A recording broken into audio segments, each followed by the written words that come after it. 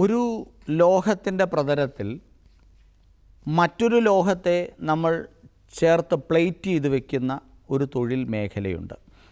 അപ്പോൾ ഇത് എവിടെയാണ് ഉപയോഗിക്കുന്നത് എന്ന് ചോദിച്ചു കഴിഞ്ഞാൽ ഇലക്ട്രോ പ്ലേറ്റിംഗ് എന്ന ഈ പഠന തൊഴിൽ മേഖലയെ നമ്മൾ ഉപയോഗപ്പെടുത്തുന്നത് ഓർണമെൻറ്റ്സിൻ്റെ നിർമ്മാണ മേഖലകളിലുണ്ട്.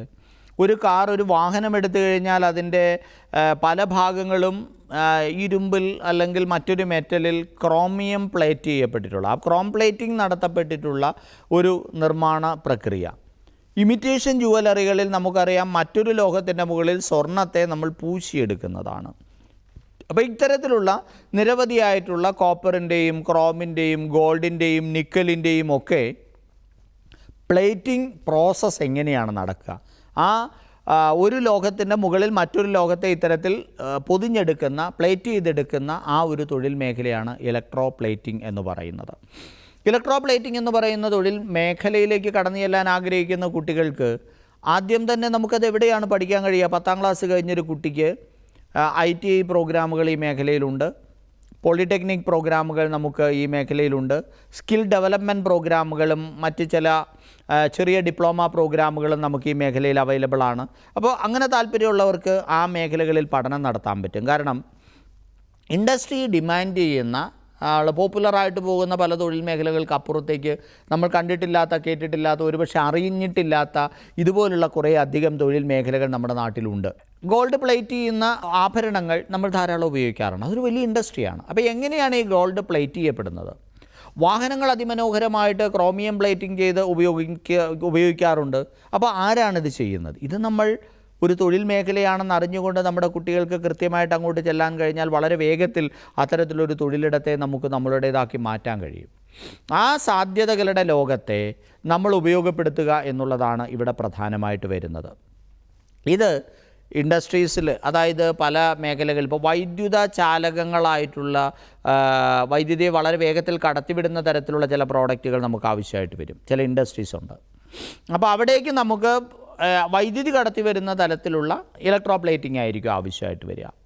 ചില സമയത്ത് നമുക്ക് വാഹനങ്ങളുടെ ഭംഗിക്കാണ് നമ്മൾ ക്രോം പ്ലേറ്റ് ചെയ്യുന്നത്, ഗോൾഡ് പ്ലേറ്റ് ചെയ്യുന്നത് ഓർണമെൻറ്റുകളിലാണ്. ഓർണമെൻറ്റുകളിൽ മാത്രമല്ല, ചില മെഡിക്കൽ എക്യുപ്മെൻറ്റുകളിൽ പ്രധാനമായിട്ടും നമ്മൾ ഗോൾഡ് പ്ലേറ്റ് ചെയ്തിട്ട് ആണ് പല മെഡിക്കൽ എക്യുപ്മെൻറ്റുകളും ഉപയോഗിക്കുക. ഹോസ്പിറ്റൽ സർജറിയുമായിട്ട് ബന്ധപ്പെട്ട ചില ഉപകരണങ്ങൾ നിർമ്മിക്കുന്നതും ഇത്തരത്തിൽ പലതരത്തിലുള്ള പ്ലേറ്റഡ് ആയിട്ടുള്ള ഉപകരണങ്ങളാണ്. കാരണം നമുക്കവിടെ തുരുമ്പുണ്ടാകാൻ പാടില്ല. അപ്പോൾ സ്റ്റെയിൻലെസ് സ്റ്റീൽ പ്ലേറ്റിംഗ് ആണ്.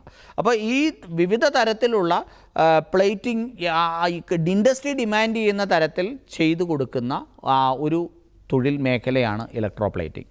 അപ്പോൾ ഇതിനകത്ത് ഒരു ഗ്രീൻ പ്ലേറ്റിംഗ് എന്ന് പറയുന്നൊരു മേഖല ഇന്ന് നമുക്ക് കാണാൻ കഴിയും. അതിൻ്റെ പ്രത്യേകത എന്താ വെച്ചാൽ ടോക്സിക് ആയിട്ടുള്ള പല ഘടകങ്ങളും ഇതിനകത്തുണ്ട്. ഇപ്പോൾ ഉദാഹരണത്തിന് നമ്മൾ ഗോൾഡൊക്കെ പ്ലേറ്റ് ചെയ്യുന്ന സമയത്തല്ലേ, പ്ലേറ്റിങ്ങിൽ മുഖ്യമായിട്ടും ആസിഡ് ബാത്താണ് ഇവിടെ നടക്കുന്നത്. എന്നിട്ട് ഇലക്ട്രിസിറ്റിയിലൂടെ ഇതിനെ പിടിപ്പിക്കുകയാണ്, കടത്തിവിട്ട് ഇതിനെ പിടിപ്പിക്കുകയാണ് ചെയ്യുക.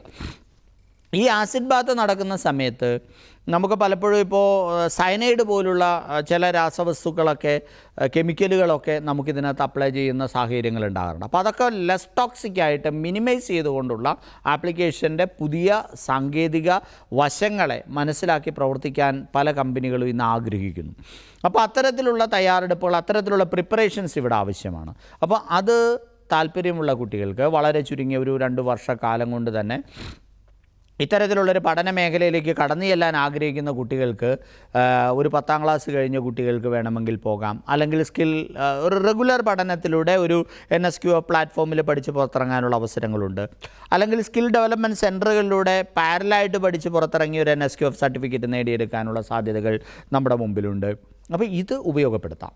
അപ്പോൾ ഈ ഒരു പഠന മേഖലയിലേക്ക് കടന്നു ചെല്ലുന്ന കുട്ടികൾക്ക് ജോലി എവിടെ കിട്ടുക? ധാരാളം സ്ഥാപനങ്ങളുണ്ട്. ഓട്ടോമൊബൈൽ ഇൻഡസ്ട്രീസിലുണ്ട്, ഓർണമെൻറ്റ്സ് അടക്കം നിർമ്മിക്കുന്ന വ്യവസായശാലകളിൽ നമുക്ക് അവസരങ്ങളുണ്ട്. അതേപോലെ തന്നെ മെഡിക്കൽ എക്യുപ്മെൻറ്റ് നിർമ്മാണവുമായിട്ട് ബന്ധപ്പെട്ട മേഖലകളിൽ നമുക്ക് അവസരങ്ങൾ ധാരാളമുണ്ട്. അതുപോലെ തന്നെ പാത്രങ്ങളും മറ്റുമൊക്കെ നിർമ്മിക്കുന്ന തലത്തിലുള്ള സാധ്യതകൾ, ഇലക്ട്രിക്കൽ എക്യുപ്മെൻറ്റ്സ് നിർമ്മിക്കുന്ന മേഖലകളുണ്ട്. അപ്പോൾ ഇവിടെയൊക്കെ പ്രവർത്തന സജ്ജരായ സ്കിൽഫുള്ളായിട്ടുള്ള ധാരാളം ആൾക്കാരെ ഇൻഡസ്ട്രി ഡിമാൻഡ് ചെയ്യുന്നുണ്ട്. ഒരു 2 വർഷക്കാലം വളരെ ചുരുങ്ങിയ ചിലവിൽ പഠിച്ച് മാന്യമായ ഒരു തൊഴിൽ സ്വന്തമായിട്ട് വേണമെങ്കിൽ നമുക്ക് സ്ഥാപനങ്ങൾ തുടങ്ങാനുള്ള അവസരങ്ങളുണ്ട്. അതല്ല മറ്റ് കമ്പനികളിൽ വർക്ക് ചെയ്യാനാണെങ്കിൽ അതിനുള്ള അവസരങ്ങൾ നമുക്കുണ്ട്. ഇലക്ട്രോപ്ലേറ്റേഴ്സിനെ ആവശ്യപ്പെടുന്ന പല പല ഹെവി ഇൻഡസ്ട്രീസ് നമ്മുടെ ചുറ്റിലുമുണ്ട്.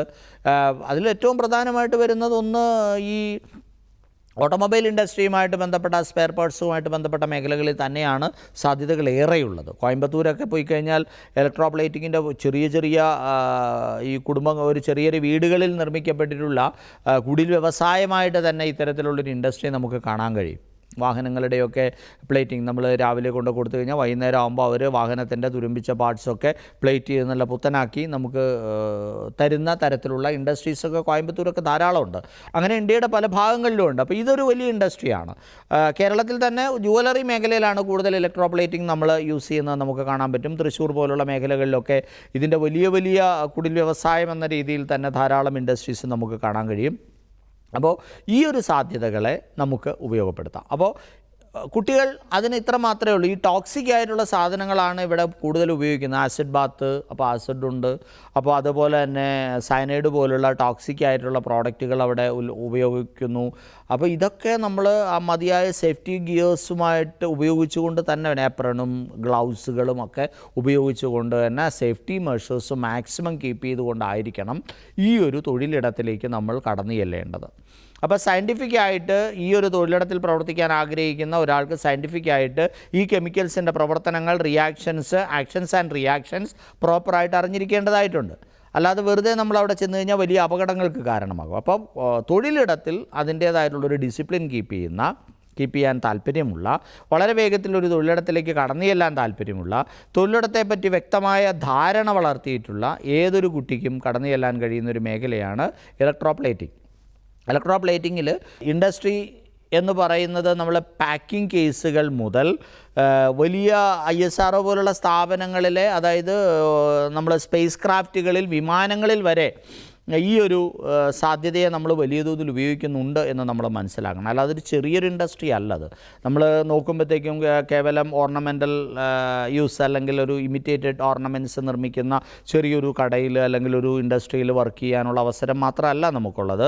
വലിയ വലിയ എയർക്രാഫ്റ്റുകളുടെ എൻജിനുകൾ പോലും ഘർഷണം കുറയ്ക്കാൻ, അതിൻ്റെ ഡ്യൂറബിലിറ്റി കൂട്ടാൻ, പെർഫോമൻസ് കൂട്ടാൻ, മെഷീൻ്റെ ആയുസ് കൂട്ടാൻ ഒക്കെ വേണ്ടി നമ്മൾ ധാരാളം ഉപയോഗിക്കുന്നുണ്ട്. അപ്പോൾ ഈ ഒരു സാധ്യതയെ ഭംഗിയായി ഉപയോഗിക്കാൻ താല്പര്യമുള്ള ഇൻഡസ്ട്രികൾ തിരിച്ചറിയുകയും ആ ഇൻഡസ്ട്രികൾ നോക്കി നമ്മൾ ജോലിക്ക് വേണ്ടി അപേക്ഷിക്കുകയും ചെയ്യുന്ന തരത്തിലേക്ക് മാറുകയാണെങ്കിൽ ഒരു സംശയവുമില്ല, വളരെ വേഗത്തിൽ നമ്മുടെ കുട്ടികൾക്ക് അധികം പഠിക്കാൻ മടിയുള്ള, കഴിവില്ലാത്തതല്ല, താല്പര്യമില്ലാത്ത കുട്ടികളൊക്കെ ഉണ്ടെങ്കിൽ അവർക്ക് വളരെ വേഗത്തിൽ ചുരുങ്ങിയ കാലം കൊണ്ട്, കാരണം കൂടുതൽ നമ്മുടെ തിയറിയേക്കാൾ കൂടുതൽ പ്രാക്ടിക്കലായിട്ട് പഠിക്കാനുള്ളൊരു മേഖലയായതുകൊണ്ട് അവരത് നല്ല രീതിയിൽ മനസ്സിലാക്കുകയും നല്ല രീതിയിൽ ഉപയോഗപ്പെടുത്തുകയും ചെയ്യും.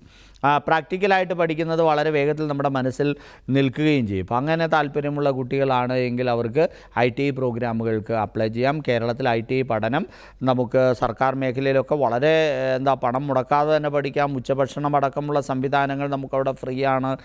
അങ്ങനെയുള്ള സാധ്യതകളെയൊക്കെ ഉപയോഗപ്പെടുത്തിക്കൊണ്ട് സെൻട്രൽ ഗവൺമെൻറ്റും സ്റ്റേറ്റ് ഗവൺമെൻറ്റും വളരെയധികം ഇൻവെസ്റ്റ് ചെയ്തിട്ടാണ് ഇത്തരം സ്ഥാപനങ്ങൾ പ്രവർത്തിക്കുന്നത്. കാരണം നമുക്ക് ടെക്നിക്കലി സ്കിൽഫുള്ളായിട്ടുള്ള ധാരാളം ടെക്നീഷ്യന്മാരെ നമ്മുടെ രാജ്യത്ത് ആവശ്യമുണ്ട്. ആ ആവശ്യം, ആ ഒരു ഗ്യാപ്പ് ഫില്ല് ചെയ്യുന്ന തരത്തിലേക്ക് ഇത്തരം കോഴ്സുകൾ തീർച്ചയായിട്ടും നമുക്ക് ഓപ്റ്റ് ചെയ്യാനായിട്ടുള്ള അവസരങ്ങൾ നമ്മുടെ മുമ്പിൽ ധാരാളമുണ്ട്.